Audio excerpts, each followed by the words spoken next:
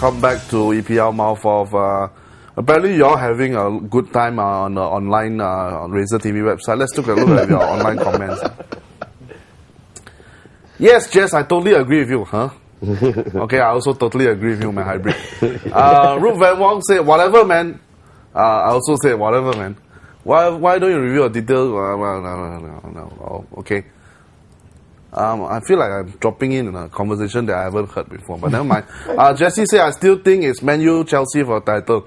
A lot of people also think so, but give face. Okay, come on, give face for Liverpool. Everybody says the big four, now you want to reduce to big two. Where got fun, right? It's the big five, man. Now you see, big five coming in already, Nitin, come on, you all give chance, And SP said, you also feel, I don't mind. NSP said, Chelsea will win it. Okay. Hybrid said, Pooh will start dropping points. I know what Pooh means. Okay. You think you spell wrongly? I don't know. Never mind. Gunners will start failing. I only see Chelsea as a big threat. Obvious Man U fan. But never mind. You feel this way, it's okay. Ruth Van Wong said, Chelsea will win it. What if they don't? Are you going to shave ball? What makes you think he's not bald right now? Anyway, Jesse said, how come Liverpool fans didn't come today? Hey, I'm here lah. Molina, Ivan, Lim, Andy, because of the defeat. Hey, I know some people take a bit more time to recover lah, but no, I'm here. No worry, Jesse, I'm here. Okay, next we come to midweek Champions League games. Okay, this week Champions League time again.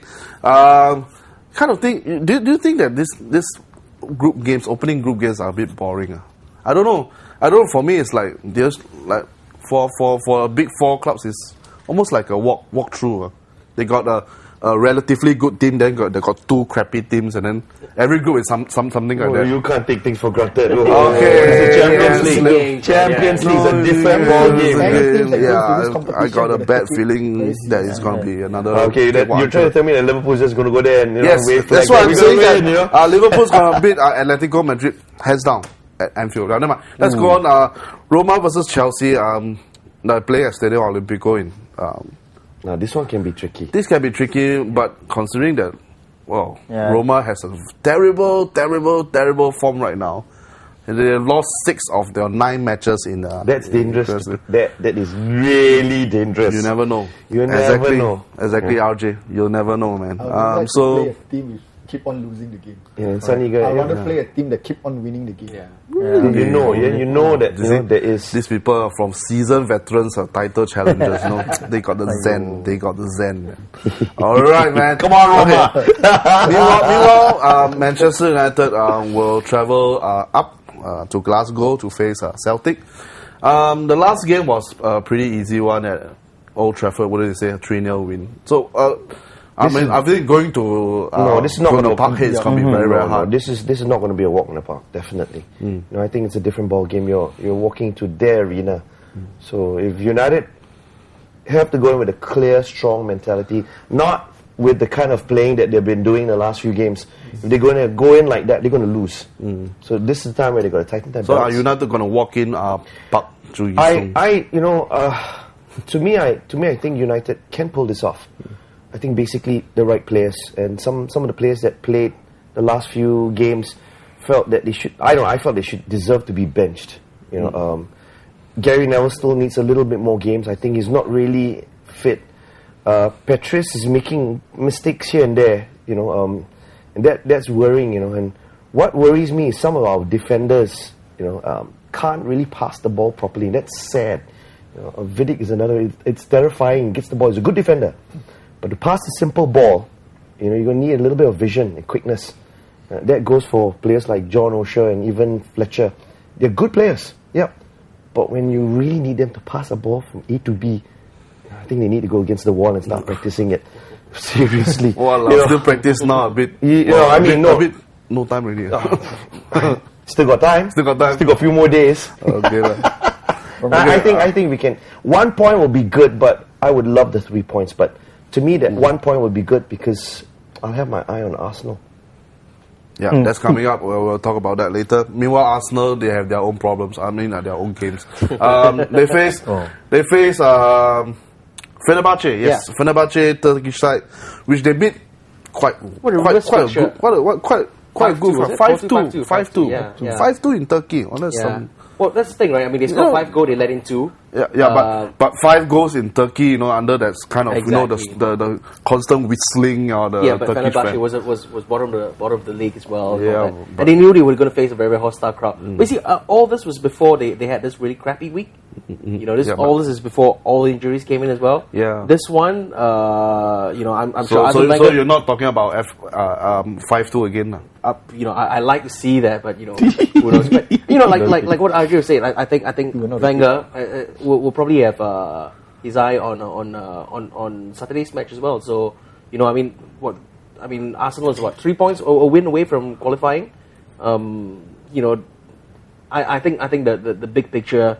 At least, I think personally, I think the big picture will be this. Saturday. But don't you think that this match is pretty winnable, and then you might? It is pretty winnable, and I think the good thing about football is that a lot of times when you think your team is not going to perform, they go out there and they become a bit of a surprise package. I mean, the thing happened for Arsenal when they went to Fenerbahce. No one expected a 5-2 win. Tomorrow, I think all the Gunner fans, all the Gunners are going to sit down and we're going to go. Let's see what happens. Stop praying. I have to be. I'm not sure if they're showing, but hopefully when I wake up, it'll be worth waking up. I'm sure they will show. Because the last time when I woke up, it wasn't really that worth waking up. That's midweek, right? So let's not forget Spurs. They are also involved in Europe. How can we forget about that? But of course, in the UEFA Cup, they are 2-0 down against Udinese, right? No, it's the group stage. It's the group stage. You see, we got Dinamo Zagreb at home. So this Luka Modric will be playing against old club. Oh, that'll be fun. I expect a very inspired performance from him and hopefully a 2-0 victory to set us up for Man City at the weekend. But here you got to ask priorities. Will Harry Redknapp say, no, I'm not going to care about UEFA Cup. No, I'm just going to focus on getting us out of the relegation zone. Focus is definitely on the league, but no, I don't think we should totally give up on the UEFA Cup. I think we have a relatively easy group, so if we win our home fixtures, I think we have a good chance of qualifying. So hopefully we get the first win in the UEFA Cup tomorrow against Thursday against Dinamo Zagreb, and go to Man City with confidence on Sunday. Oh, cool. Okay, enough of Champions League matches. There's not much excitement there yet. I think really not much excitement until, I would say, the next year, the knockout stages. But anyway, let's move on to next week, this Saturday, and then of course there's some great matches coming up in the EPL. Of course, the biggest match must be the earliest kickoff on Saturday at Emirates Stadium. Arsenal will host Manchester United. So how do you, Dylan, knowing that now you are having a small flat problems considering form and injury against Man United, who are beginning to hit who are on the rise. How do you expect your team to? Us Gunners can only hope for the best, man. I mean, there's really nothing we can do about this. It's a very, very unfortunate situation. As we were talking earlier with Nathan, had that game with Spurs not ended in the draw, I think it would have been a very, very different week, and all the players would have a little bit more confidence in them, a little bit more spring in their step. But I think on the back of that draw and that terrible loss, plus the loss of players, it's very, very, very important players to us as well. Let's just put it this way: this is not the best time to meet United. This is not the best time for us to host United, but it's a game. We'll see how it goes. So United, do you think it's the right time to face Arsenal, or do you think still a bit cautious? This is where I want to go in. Feeding time. Feeling strong, because I want United to go in and just tear them apart. Seriously, this is the best time. Because we've not done it at the Emirates. I think it's about time. Because every time when United loses to a team like Liverpool, one of the big boys is going to get whacked. It's always the case. If you look through history, it's always the case. Lost against Liverpool, right? Now we're going to Arsenal. I think Arsenal they're in a really terrible position to play United. And I know teams like, players like Bergatoff, for example. Now, he comes from the capital, right? He played there. I am quite sure he's got a lot to prove to the critics, that he can actually do a lot of damage. And another person that's going flying really high, which I think is going to do a lot of damage, is Ronaldo, because I think he starts to pick up again. But Tony, don't you think that you all will be playing a Champions League game on Wednesday, and then immediately about the turnover day is less than about 3 days before you face Arsenal at early kickoff. Do you think it will affect the players who are coming back from Glasgow? I don't think that it's really a big effect on the players, because I believe Alex Ferguson will know what to do with the players, and he know how to pick the best out of the players. And this is not the first season. They are playing something like Champions League up to be the big boys. I'm sure Ferguson will complain a bit. He did complain in the early season when he saw the fixtures. But then again, these are the fixtures that's laid out by the FA. Anyway, it's a short trip. You're just going over the border. So it's not. Maybe it's just an hour and a half flight. Which is not too far away. So they can just fly and get ready, and then play the game, and they come back. They're ready. And I'm quite sure this is something they'll be prepared for the next game. United is in quite a comfortable position as well, right? In the Champions League. I mean, yes.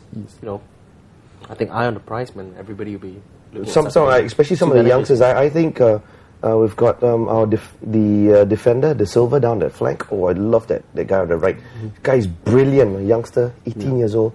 I see a lot of future in this guy, man. He's brilliant, man. Can't wait to see his brother go down the flank on the other side, on the left. Right, man. Twins, right? So it looks like so it looks like things are looking good for Man U against Arsenal, but as the EPL has shown this past weekend, anything can happen. Okay, Liverpool will face against West Brom, but anything can happen at Anfield. after this week, I'm gonna say anything can happen. Blackburn will face Chelsea now. On paper, okay, but anything can happen. Right, Chelsea fans.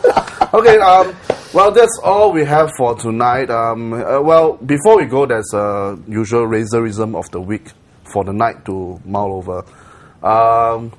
Men fail much oftener from want of perseverance than from want of talent, according to William Corbett, a popular English journalist. Think about it. While we finish the thing, and thank you for watching. I will see you again next week, man. Stay tuned.